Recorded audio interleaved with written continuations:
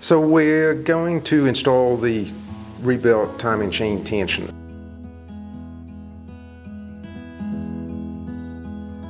We've already compressed them in the vise and have got our holding tool on.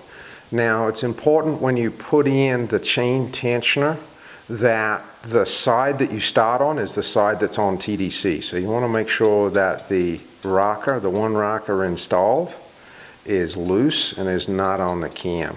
What can happen if you do it on a side where you have pressure on the cam, when you pull the dummy tensioner, it is possible for the chain to want to jump because the cam may want to turn. So you want to make sure it's on the TDC compression side. So before we put in our compressed chain tensioner, we need to install a spacer. And the spacer is going to hop right here up against the idler wheel over here. And the reason for that is because we are using turbo chain tensioners, the turbo chain tensioners have a thinner web where it slides over this pivot pin, whereas the original 901 chain tensioners are a lot thicker. So we need to have this spacer on here to space this idler gear out so it doesn't want to move back and forth. So we want to place a little bit of pressure on this idler wheel, pull out the dummy tensioner, take our compressed tensioner, slide it on the stud and the pin, and I just want to slide that in one smooth movement, making sure that the tensioner pin is under the idler wheel. Going to install our nut and lock washer.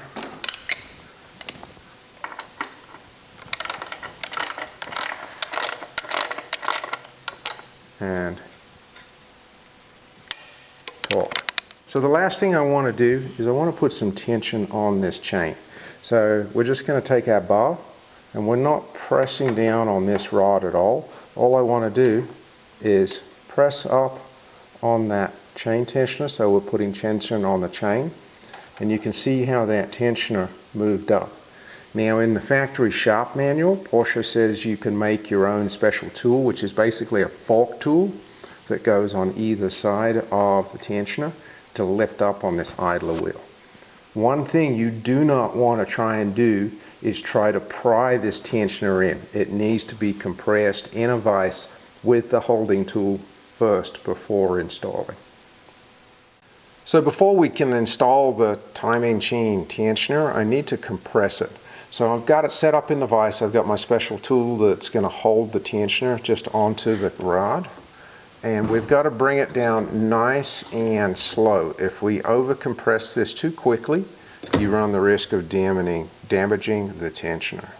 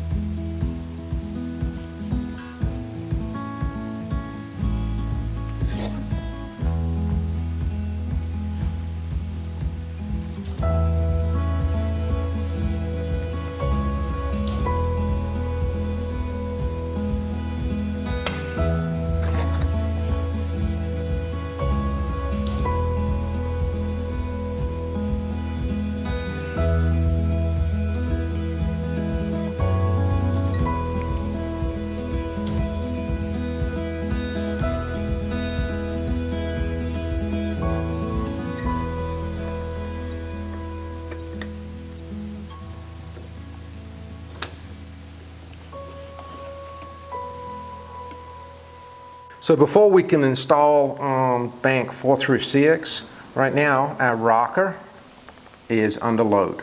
So if we pull our dummy chain tensioner, we run the risk of the cam wanting to spin and jumping a tooth or two. So I need to take the load off. So I'm just going to rotate the engine, a full 360-degree rotation. And our number 1 cylinder is on overlap, and our number 4 cylinder is rocking. So the procedure is going to be the same. I'm just going to lift up, pull out our dummy chain tensioner. I've already got our spacer installed on this side.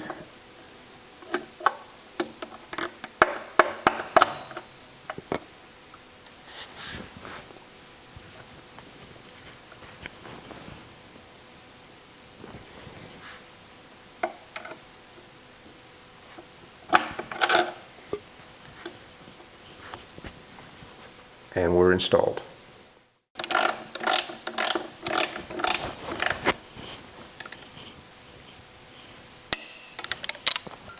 To finish up the install, we're just going to take our bar and we want to lift up, and we can see that that chain tensioner arm was moving up and holding that chain tension. And that's it. I've got all my chain tensioners in. The last thing to do on this is to close it up. I've got my gasket on. I'm just going to install my cover. And we're just going to go ahead and tighten it down. So I've just run all my nylocks down, and now I'm just going to go over and tighten to 10 Newton meters.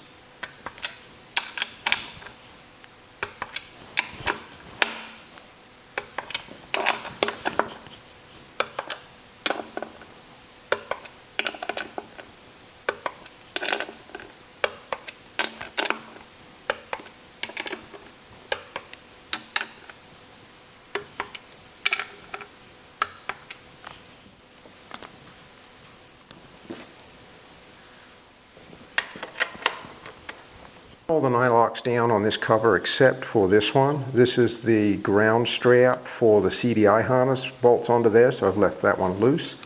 I'm just going to go and tighten all of the rest. So we're done in the front here. We're just going to go and install our intermediate shaft gasket and coupler plate.